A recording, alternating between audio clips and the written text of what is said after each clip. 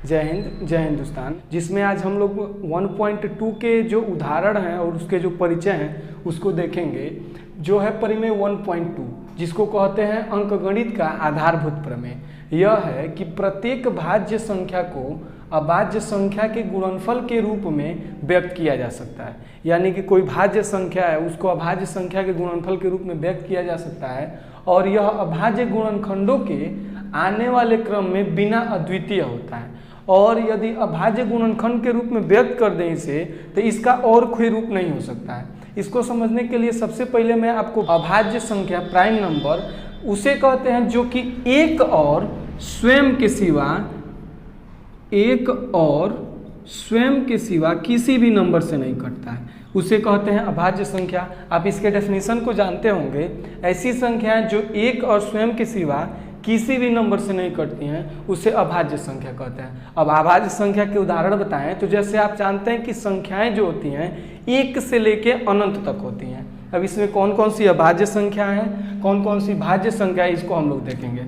अभाज्य संख्या एक तो अभाज्य संख्या नहीं है, 2, 3 और उसके बाद 4 आप देखेंगे कि 2 से कट जाएगा। हमारा डेफिनेशन है कि एक या स्वयं के सिवा किसी भी नंबर से न कटे। तो उसके बाद 5, उसके बाद 6 कट जाएगा, 7, उसके बाद 8 भी कट जाएगा, 9 भी कट जाएगा, 10 भी कट जाएगा और 11, फिर उसके बाद 13, फिर 14 कट जाएगा, 15 कट जाएगा, 16 कट जाएगा, 17, फिर 18 कट जाएगा, 19, उसके बाद आप देखेंगे 20 कट जाएगा, 21 कट जाएगा, 22 कट जाएगा, 23 और उसके बाद 24, 25, 26, 27, 28 ये सभी कट जाएंगे, 29 नहीं कटेगा। उसके बाद 30 कट जाएगा, 31। इसी तरह आप देख लेंगे कौन कटेगा, ये अनंत तक होगा। मीन क्या कि देखिए 2 जो है वह एक और स्वयं के सिवा, यानी कि 1 से भी कट जा रहा है और 2 से भी कट जा रहा है और कोई अंक ही नहीं है इसको काटने के लिए। 3 उसी तरह 1 से कटेगा और 3 से कटेगा और किसी भी संख्या से नहीं कटेगा। 5, 7 ये अभाज्य संख्याएं होती हैं। यदि मैं भाज्य संख्या को बताऊं तो लिखेंगे कि ऐसी संख्याएं जो एक या स्वयं के सिवा किसी भी नंबर से यदि कट जाती हैं उसे कहते हैं क्या, भाज्य संख्याएं। इसको कहते हैं इंग्लिश में कंपोजिट नंबर। अब भाज्य संख्याएं क्या होती हैं तो आप देख रहे हैं कि एक तो कुछ भी नहीं है, एक न भाज्य संख्या होती है न अभाज्य संख्या होती है, और 2, 3 अभाज्य संख्या है। तो फिर 4 क्या होता है, भाज्य संख्या होता है। जो देख रहे हैं 1 और 4 के सिवा 2 से कट जा रहा है। उसके बाद 5 तो अभाज्य संख्या है, 6, उसके बाद 8, फिर 9, 10, 12, 11 क्या है, अभाज्य संख्या। आप देख रहे हैं 12, 13 अभाज्य संख्या है, 14, 15, 16 और 17 है अभाज्य संख्या। तो फिर 18, ऐसे करके इसको अनंत तक लिखा जा सकता है भाज्य संख्या को। यदि कैलकुलेशन निकाले हम लोग तो देख रहे हैं कि सबसे छोटी भाज्य संख्या 4 है और सबसे छोटी अभाज्य संख्या 2 है। और एक नोट्स में यहाँ लिखा हुआ कि एक न तो भाज्य संख्या है और न ही अभाज्य संख्या है। अब मुझे ये कंफर्म हो चुका कि आप भाज्य संख्या और अभाज्य संख्या को समझ चुके हैं। यानी कि अभाज्य संख्या उसे कहते हैं जो एक और स्वयं के सिवा किसी भी नंबर से न कटे, और भाज्य संख्या इसे कहते हैं जो एक और स्वयं के सिवा किसी भी नंबर से मतलब क्या हो जाए, कट जाए। तो इस अंकगणित के आधारभूत प्रमेय को अब समझे हम लोग, तो प्रत्येक भाज्य संख्या को अभाज्य संख्याओं के गुणनफल के रूप में व्यक्त किया जा सकता है।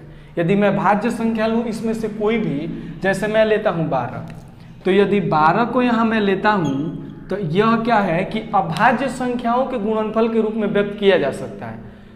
अब अभाज्य संख्याओं के गुणनफल के रूप में जैसे आप देख रहे हैं 3 गुणे 4 तो इसको लिखा जा सकता है, लेकिन यह अभाज्य संख्या के गुणनफल के रूप में नहीं है, क्योंकि 4 जो है अपना देखिए यहाँ पे अभाज्य संख्या में नहीं आया हुआ, भाज्य संख्या में आया हुआ। इसलिए इसको लिखेंगे क्या, 3 गुणे 2, 4 को लिखेंगे 2 गुणे 2।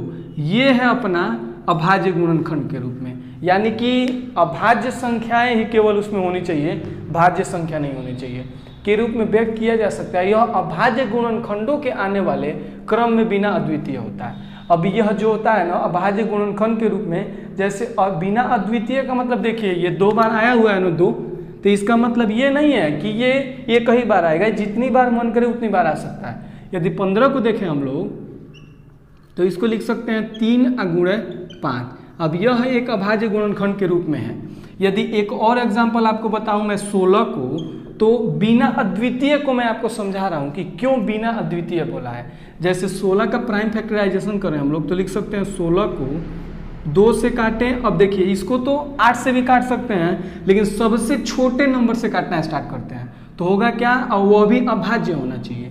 तो 2 से 8 बार में कटेगा, 2 8 16, 2 से 4 बार में कटेगा, फिर 2 से 2 बार में कटेगा, फिर 2 से 1 बार में कटेगा। इसको लिखा क्या जा सकता है 2 गुणे 2 गुणे 2 गुणे 2, यानी कि 4 2 आया हुआ है ना, तो यही बोला हुआ है बिना अद्वितीय हो सकता है।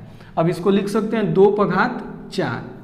बस इसी तरह हम लोग क्या करते हैं, अंकगणित के आधारभूत प्रमेय को समझ लेते हैं। अब इसके बाद कुछ एग्जाम्पल दिए हुए हैं, उसको हम लोग 5वां और 6वां दोनों बहुत छोटे छोटे उदाहरण हैं, इसलिए मैंने दोनों एक ही पास लिख दिया हुआ है। बोला है संख्या 4 टू द पावर n पर विचार कीजिए, यानी कि 4 पर घात n पर विचार करना है, जहाँ n एक प्राकृतिक संख्या है। जब प्राकृतिक संख्या n है तो उसके मान क्या हो सकते हैं 1 2 3 4, मतलब जहाँ तक गिन सकते हैं। जांच कीजिए कि क्या n पर कोई ऐसा मान है जिसके लिए 4 पर घात n अंक 0 पर समाप्त होता है।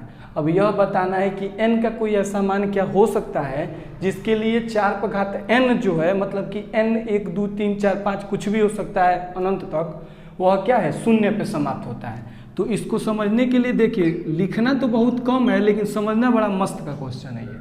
जैसे n जब प्राकृतिक संख्या है तो लिखेंगे जब n प्राकृतिक संख्या है इसीलिए n बराबर हो जाएगा 1 2 3, ये डॉट डॉट अनंत तक हो जाएंगे। यदि जो बोला है वह हम लोग निकालें कि 4 पर घात n पर विचार कीजिए, तो 4 पर घात n पर विचार करें, यानी 4 पर घात n बराबर क्या लिख सकते हैं 4 पर घात 1, या लिखा जा सकता है 4 पर घात 2, या लिखा जा सकता है 4 पर घात 3, या लिखा जा सकता है 4 पर घात 4।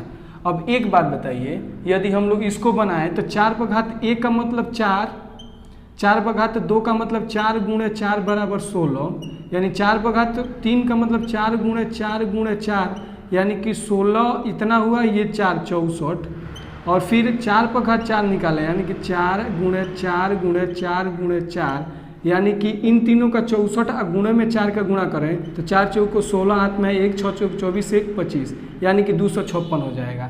ऐसे इसको कितना भी आगे बढ़ाएंगे ये 0 पे ख़त्म नहीं होगा। तो इसको समझने के लिए कि कब 0 पे ख़त्म होगा ये हम लोग समझ लें तो ये बता देंगे कि 0 पे ख़त्म होगा कि नहीं होगा।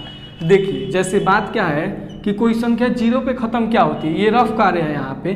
0 पे ख़त्म कब होती है, मान लीजिए 10 पर घात 2 है, तो 10 पर घात 2 है, यानी कि 10 गुणे 10, तो यह 0 पे ख़त्म होगी 100 हो जाएगा। यदि यहाँ 20 का क्यूब करते हैं हम लोग तो क्या होगा 20 गुणे 20, यानी कि यह ख़त्म होगा किस पे 2 दूनी 4 दूनी 8 और 3 गो 0, यानी कि 0 पे ख़त्म हो रहा है। यदि 50 को हम लोग ले लें, अब 50 का क्या करें कि मान लीजिए 4 घात है, तो 50 गुणे 50 गुणे 50 गुणे 50, यानी कि 5 5 25 25 25 125 125 और 25 625, यानी कि 625 और ये कितना 0 1 2 3 4 0। हमको ये संख्या से मतलब नहीं है, इसमें मतलब ये है कि ये 0 से ख़त्म कब होगा। तो 0 से ख़त्म तब होगा यदि हम लोग इसका प्राइम फैक्टराइजेशन करें, अभाज्य गुणनखंड करें, तो होगा क्या 10 का होगा 2 से यदि काटें इसको तो 2 5 10 और 5 से काटे तो 1, यानी कि 10 का होगा 2 गुणे 5। अब आप यहाँ देख रहे हैं 2 गुणे 5 यानी कि इसमें केवल 2 और 5 है। इसी तरह 20 का अभाज्य गुणनखंड करें तो आप देखेंगे यह 2 से काटेंगे इसको तो 10 बार में कटेगा, 2 से 5 बार में, और फिर यह 5 से कटेगा 1 बार में, यानी कि 20 को लिख सकते हैं 2 गुणे 2 गुणे 5, यानी कि 2 पर घात 2 और गुणे 5 पर घात 1, यानी कि इसमें भी 2 पर घात 2 है लेकिन 2 और 5 ही है। और यदि 50 का अभाज्य गुणनखंड करें तो यह 2 से कटेगा सबसे छोटा, तो 2 दूनी 4 2 5 10, फिर 5 से कटेगा या 3 से नहीं कटेगा 4 से नहीं कटेगा, 5 से कटेगा 5 बार में और फिर 5 से कटेगा 1 बार में। 50 को लिखे तो लिख सकते हैं 2 गुणे 5 गुणे 5, यानी कि आप देख रहे हैं कि इसमें केवल 2 और 5 के ही गुणनखंड हो रहे हैं, और यहाँ पे क्या है कि केवल 2 है, 5 नहीं है। तो इसी के लिए हम लोग लिखेंगे क्या, अब देखिए इसको तोड़ते हैं। 4 टू द पावर n का मतलब 2 गुणे 2 टू द पावर n। अब लिखेंगे कि 4 पर घात n संख्या, अच्छा इसको बाद में लिखेंगे, पहले लिखते हैं क्या, किसी संख्या के जो हम लोग को इसका जो कंक्लूजन निकाले हैं हम लोग इसमें, कि किसी संख्या में 0 पे समाप्त होने के लिए उसमें 2 और 5 के गुणनखंड होने चाहिए। तो लिखेंगे क्या, किसी संख्या के अंक को 0 से समाप्त होने के लिए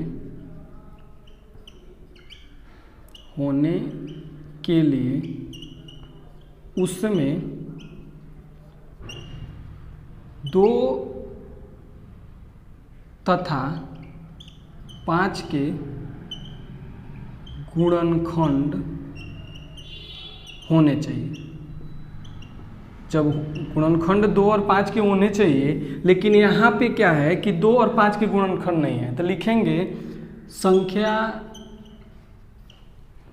4 पर घात n बराबर 2 गुणे 2 पर घात n में गुणनखंड के रूप में 5 नहीं है, अतः यह 0 से समाप्त नहीं होगा।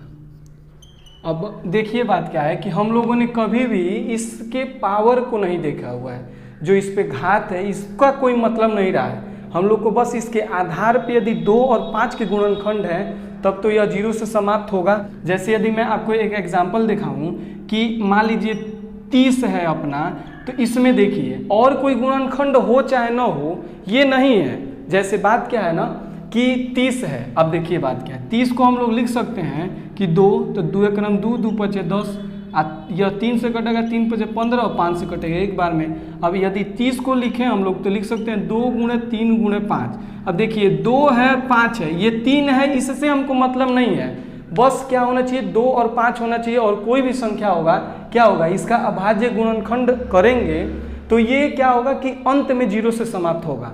समझ रहे हैं बात को? तो बस इस तरह इस क्वेश्चन को समझते हैं, यानी कि अनिवार्य रूप से 2 और 5 के गुणनखंड होने चाहिए, और कोई भी होगा कोई मतलब नहीं है। यदि केवल 5 रहेगा तभी भी वो 0 से समाप्त नहीं होगा, और केवल 2 रहेगा तभी भी 0 से नहीं समाप्त होगा।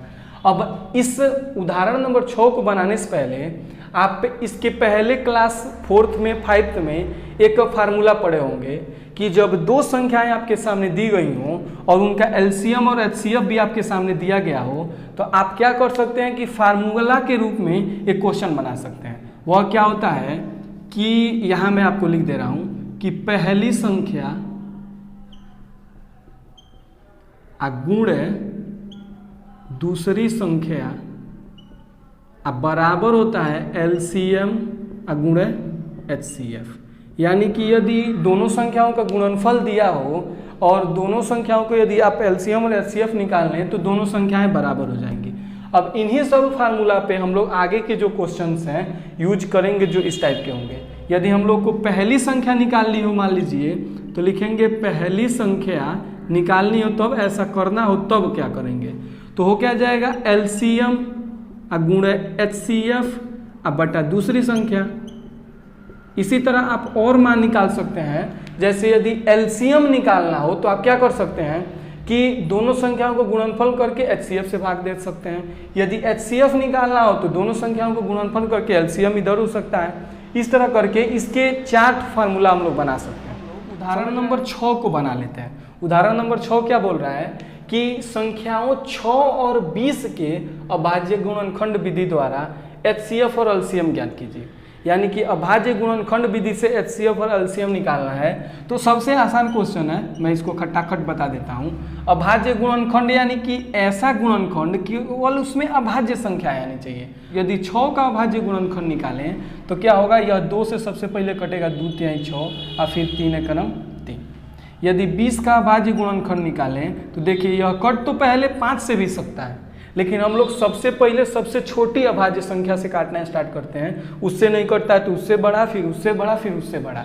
अभाज्य संख्याएं क्या क्या हो सकती हैं आप जानते हैं, 2, 3, 5, 7, 11, 13, 17, 19, 23, उसके बाद 29, 31, ऐसे कर करके बहुत सी अभाज्य संख्याएं अनंत तक होती हैं।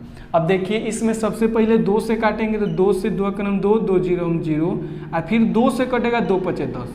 अब यह 3 से कटेगा नहीं तो 5 से एक बार में कट जाएगा। इसको लिखेंगे कैसे, तो सबसे पहले लिखते हैं 6 बराबर 2 गुणे 3। अब नीचे 20 को लिखते हैं, अब यह क्या लिखा जा सकता है, 2 गुणे 5। अब देखिए बात क्या है कि इसको लिखा जा सकता है 2 पर घात 2 गुणे 5।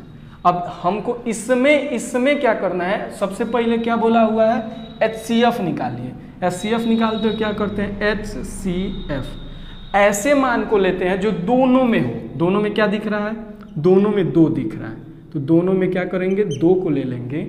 और इसमें देखिए 3 इसमें है तो इसमें नहीं है, और इसमें 5 है तो इसमें 5 नहीं है, तो 2 होगा। और क्या बात है, इसमें सबसे कम घात वाली संख्या को लेते हैं। सबसे कम घात किसमें है, 2 इसमें है। इसमें तो 2 घात है तो इसको लेंगे नहीं, इसको लेते हैं, तो क्या हो जाएगा 2। एलसीएम निकालें तो एलसीएम में क्या होता है कि इसके उल्टा करते हैं। सबसे पहले जो दोनों में है उसको ले लेते हैं, जो दोनों में है, उसके बाद जो दोनों में नहीं है उसको भी लेते हैं। जैसे एक 3 और उसके बाद 5।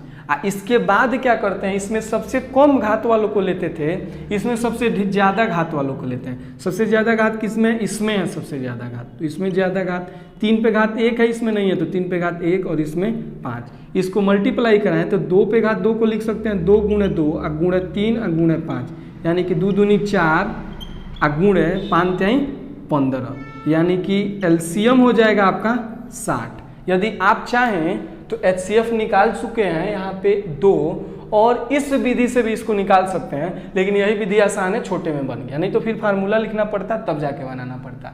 अब देखते हैं उदाहरण नंबर 7 को, बड़ा आसान ही है उदाहरण नंबर। क्वेश्चन बोल रहा है कि अभाज्य गुणनखंड विधि द्वारा 96 404 का HCF ज्ञात कीजिए और फिर इसका LCM भी ज्ञात कीजिए।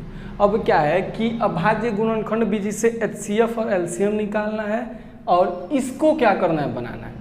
अब आप सोच रहे हो कि सर हम लोग क्लास 4 से ही HCF LCM बनाना चले आ रहे हैं और 10th में भी बना रहे हैं, तो धैर्य रखें, अभी आएगा 10th का भी स्टैंडर्ड का क्वेश्चन आएगा। बस क्या करते हैं, जो आ रहा है उसको सामना तो करो। अब युद्ध में ऐसा थोड़ी है कि केवल महारथी आते हैं, अरे कुछ भुटकरिया भी आते हैं, सब उनसे भी लड़ते रहो, क्या दिक्कत है।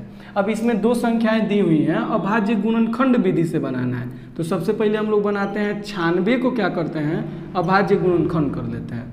96 सबसे पहले आप देख रहे हैं 6 है इकाई के अंक पे, तो 2 से कटेगा, 2 चौको 8, एक हासिल गया तो 2 8 16, फिर 2 से कट जाएगा, 2 दूनी 4, 2 चौको 8, फिर से 2 से कटेगा, 2 का नाम 2, 2 दूनी 4, और फिर 2 से कटेगा, 2 छक्के 12, फिर 2 से कटेगा, 2 तिहाई 6, और फिर 2 से कटेगा, अब 2 से नहीं कटेगा, अब कटेगा 3 से कटेगा एक बार में। अब क्या करें, 404 को काटें तो 404 आप देख रहे हैं कि 2 से कटेगा, 2 दूनी 4, 0 2 दूनी 4, फिर यह 2 से कट जाएगा, 2 का नाम 2, 0 2 का नाम 2। अब 101 जो है वह किसी भी नंबर से नहीं कटेगा, केवल 101 से कटेगा 101 बार में। यदि हम लोग इसका प्राइम फैक्टराइजेशन के रूप में लिखें तो 96 को लिखा जा सकता है 2 गुणे 2, गिन लिखता है 1 2 3 4 5 है, 1 2 3 4 5, 2 3 2 5 इंटू 3। 404 को लिखे तो लिख सकते हैं 2 गुणे 101। यदि इन दोनों को हम लोग घात के रूप में लिखा जाए तो लिखा जा सकता है 2 पर घात 5 गुणे 3। यदि इसको लिखा जाए तो 2 पर घात 2 गुणे 101। यदि HCF निकालते हैं तो क्या करते हैं, कॉमन को नहीं लिखते हैं, तो HCF बराबर क्या हो जाएगा कि दोनों में कॉमन है 2 और कोई संख्या तो कॉमन है नहीं, इसमें सबसे कम घात वाले को लेते हैं। सबसे कम घात कितना है, 2 है, तो बराबर क्या हो जाएगा 4। अब LCM जो है कि LCM लिखते हैं, LCM में जो दोनों में होता है उसको लिख लेते हैं 2 इंटू जो दोनों में नहीं है। दोनों में नहीं है क्या है, 3 नहीं है और 101 नहीं है, तो 3 गुणे 101। घात जो होते हैं ना, मैक्सिमम घात को लिखते हैं। अधिकतम घात कितने हैं? 2 पे घात अधिकतम घात 5 है, और 3 पे घात ही नहीं है, और 1 पे घात ही नहीं है, आई मीन 1 घात है। इसको क्या लिखा जा सकता है? अब आप जानते हैं 2 पर घात 5 को लिखा जा सकता है 2 गुणे 2 गुणे 2 गुणे 2 गुणे 2, जो यहाँ आप लिखे हुए हैं। इसको यह लिख सकते हैं, तो मल्टीप्लाई कराएंगे तो क्या होगा? 2 दूनी 4, 4 दूनी 8, 8 दूनी 16, 16 दूनी 32। इतना तो आप जानते हैं। इनटू 101 में 3 का मल्टीप्लाई कराएं तो 3 क्रम 3 और 0 3 क्रम 3, 303। अब इसको मल्टीप्लाई करा देंगे तो अपना एलसीएम आ जाएगा। अब एलसीएम क्या होगा? तो देखिए 32 का पारा तो मुझे याद नहीं है, फिर भी मैं ट्राई करता हूँ। 30 त्याई 90 और 2 त्याई 6, यानी कि क्या? 96। 96 का लिख देंगे 6, हासिल आया है 9। अब 32 में 0 का करेंगे तो 0, हासिल हुआ 9, अइबे किया है 9, यहाँ लिख देंगे। अब 32 त्याई तो अभी बताए हैं 96, तो क्या हो जाएगा? 96 96, यानी कि 96 से 96 आ जाएगा इसका एलसीएम। अब देखिए एलसीएम और एचसीएफ तो हम लोग निकाल लिए, लेकिन बात क्या है? अब आप सोच रहे होंगे सर युद्ध तो लड़ा रहे हैं, हथियार भी हम लोग को दे दिए हैं कि बढ़िया से लड़ना है, लेकिन हथियार का यूज करना नहीं बता रहा है। जैसे मैं अभी फार्मूला बताया हूँ कि पहली संख्या गुणे दूसरी संख्या बराबर एलसीएम गुणे एचसीएफ। तो कह रहे होंगे कि सर अब हथियार का यूज करना नहीं बता रहे हैं, डायरेक्ट ऐसे ही बता दे रहे हैं। तो देखो क्या बात होता है, युद्ध में जब ऐसे दुश्मन मर जाए ना तो हथियार की जरूरत नहीं लगती है, हथियार ऐसे ही रख दिया जाता है। हथियार मुरझाता नहीं है, ये बस ऐसे ही रहेगा। और नहीं तो यूज ही करना है तो लो कर लो यूज। हमें क्या है कि एचसीएफ पता है और 2 संख्याएं भी पता हैं, तो एलसीएम निकाल लेते हैं हथियार से। एलसीएम बराबर क्या हो जाएगा? तो दोनों संख्याओं का गुणनफल, यानी कि लिखेंगे क्या? पहली संख्या गुणे दूसरी संख्या बटा HCF। अब एलसीएम बराबर क्या होगा? तो पहली संख्या कितनी है बच्चा? 96, इनटू दूसरी संख्या कितनी है? 404, अब बटा HCF कितना है? 4। अब इसको हम लोग क्या करें? इसको रहने देते हैं, बहुत छोटा है, इसको ऐसे ही रहने देते हैं। इसको काट देते हैं, बहुत बढ़न बन रहा है, बहुत होशियार बन रहा है। 4 से काटेंगे तो 4 कनम 4, 4 कनम 4 और 0 और 4 कनम 4, 101 गुणे 96 लिख लेते हैं यहाँ पे, 96 गुणे 101। अब मल्टीप्लाई कराएं तो 96 में 1 का कराएंगे तो 6, हासिल आया 9, और 96 में 0 का कराएंगे तो 0 हो जाएगा, तो हासिल हुआ 9, वो लिख देते हैं। और 96 कनम 96। देख रहे हैं आप, दोनों सेम क्वेश्चन आया हुआ है, क्या आंसर दोनों सेम है। लेकिन बात यह है कि यह जो हथियार है ना, जब 2 गो दुश्मन यानी कि 2 गो अंक रहेगा तभी बनाएंगे। ऐसा ना 5 गो आ जाए धक सुई से मारते रहो तो क्या करेंगे? धक मार के चले जाएंगे, वही तो उठंग जाओगे। तो 2 गो जब हो ना तब करना चाहिए ऐसा। 2 संख्याओं के लिए फार्मूला बनाते हैं। अब जैसे यहाँ पे कह रहा था ना कि युद्ध में आते हैं सब दुश्मन, देख लो आ गए 3 गो, एगो 6 है, एगो 72 है, एगो 20 है। अब 72 और 6 120 को कैसे बनाएंगे एचसीएफ? तो देखिए दिया है संख्या 6, 72 और 120 का अभाज्य गुणनखंड विधि द्वारा एचसीएफ और एलसीएम ज्ञात कीजिए। क्या होगा? हल करते हैं। 6 का यदि प्राइम फैक्टराइजेशन करें तो यह 2 से कटेगा 3 बार में, 3 से कटेगा 1 बार में। यदि 72 को करें तो यह देखिए 2 से कटेगा 2 तिहाई 6, 2 6 के 12, 2 से कटेगा 2 क्रम 2, हासिल गया 2 8 16, फिर 2 से 2 9 18 और फिर 3 से कटेगा, 2 से नहीं कटेगा तो 3 3 का 9 और 3 से कटेगा 3 क्रम 1 3। और 120 को लिखें तो क्या होगा? 2 से कटेगा 2 6 के 12 0, फिर 2 से कटेगा 2 तिहाई 6 0, फिर 2 से कटेगा 2 क्रम 2 और 2 5 10। अब 2 से तो कटेगा नहीं, 3 से काटेंगे, 3 5 15 और 5 क्रम 5। इसको लिखें तो क्या होगा? 6 बराबर 2 गुणे 3, 72 बराबर, अब 2 कितना है? तो 3 2 है, तो लिख क्या सकते हैं? 2 गुणे, अब यहीं पे हम लोग बना लेते हैं, जो यहाँ पे हम लोग ये करके किए हैं ना यहीं पे कर लेते हैं, या ऐसे ही कर लेते हैं, क्या जाता है। 2 गुणे 2 गुणे 2 गुणे, और यहाँ पे 3 गुणे 3, क्योंकि हमें मल्टीप्लाई भी कराना है तो दिक्कत होगा ऐसे। इसको क्या लिख सकते हैं? 2 पर घात 3 इंटू 3 पर घात 2। और 120 को लिखें तो लिख सकते हैं, देखिए 2 कितना? 1 2 3, तो 1 तो 3, और 3 कितना है 1, और 5 कितना है 1। इसको लिखे तो 2/3 गुणे 3/1 गुणे 5। यदि अब हम लोग HCF निकालें तो HCF में जो तीनों में होता है उसको लेते हैं, चाहे जो दोनों में होता है। तो दोनों में, तीनों में क्या है 1 2 है, 1 2 है, 1 2 है, यानी कि 2 है तीनों में। और क्या है तीनों में 3 आपको दिख रहा है, यहाँ पे तीनों में आपको 3 दिख रहा है। अब इसमें मिनिमम जो होता है, जो कम से कम घात होता है उसको लेते हैं। कम से कम घात यहाँ 2 है तो 2, और 3 है तो 3। जब कम से कम घात यहीं भेटा गया तो इसको क्या लेना है, ये कमजोर है, एकरे को पहले मारो। तो मार दिए क्या 6 हो गया, HCF हो गया 6। LCM निकालते हैं। LCM में क्या करते हैं कि अब LCM है तनी बरियार, अपने तरफ का बरियार होशियार है, ई क्या करेगा बरियार करके ढूढ़ ढूढ़ मारेगा। तो सबसे पहले जो तीनों में है उसको लेते हैं। तो तीनों में कौन है, तो 2 गुणे 3। उसके बाद जो तीनों में नहीं है, तो तीनों में 5 नहीं है, तो क्या हो जाएगा यह। इसमें जो घात होता है ना वो अधिक से अधिक लिया जाता है। अधिक से अधिक घात किस में है, 2/3 अधिक से अधिक है। 3 पर कितना घात अधिक है, तो 2 है, 5 पे 1 ही है। इसको मल्टीप्लाई कराएं तो क्या होगा 2 गुणे 2 गुणे 2 गुणे 3 गुणे 3 गुणे 5। इसको मल्टीप्लाई करा देते हैं तो 2 दूनी 4 दूनी 8, तो 8 गुणे 3 3 9 गुणे 5। यदि 8 में 5 का मल्टीप्लाई कराएं तो 40 गुणे 9, यानी कि 9 चौको 36 होता है, एगो 0। अब LCM जो हो गया अपना 360 हो गया, और LCM हो गया 6। इस प्रकार के करके हम लोगों ने इसके उदाहरण और इसमें जो अंकगणित का आधारभूत प्रमेय दिया हुआ था उसको बना लिया। हमने एक फार्मूला भी पढ़ा हुआ है। अब आगे के वीडियो में हम प्रश्नावली 1.2 के सभी प्रश्नों को सॉल्व करेंगे।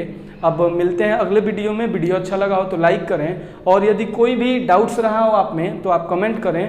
जय हिंद, जय हिंदुस्तान।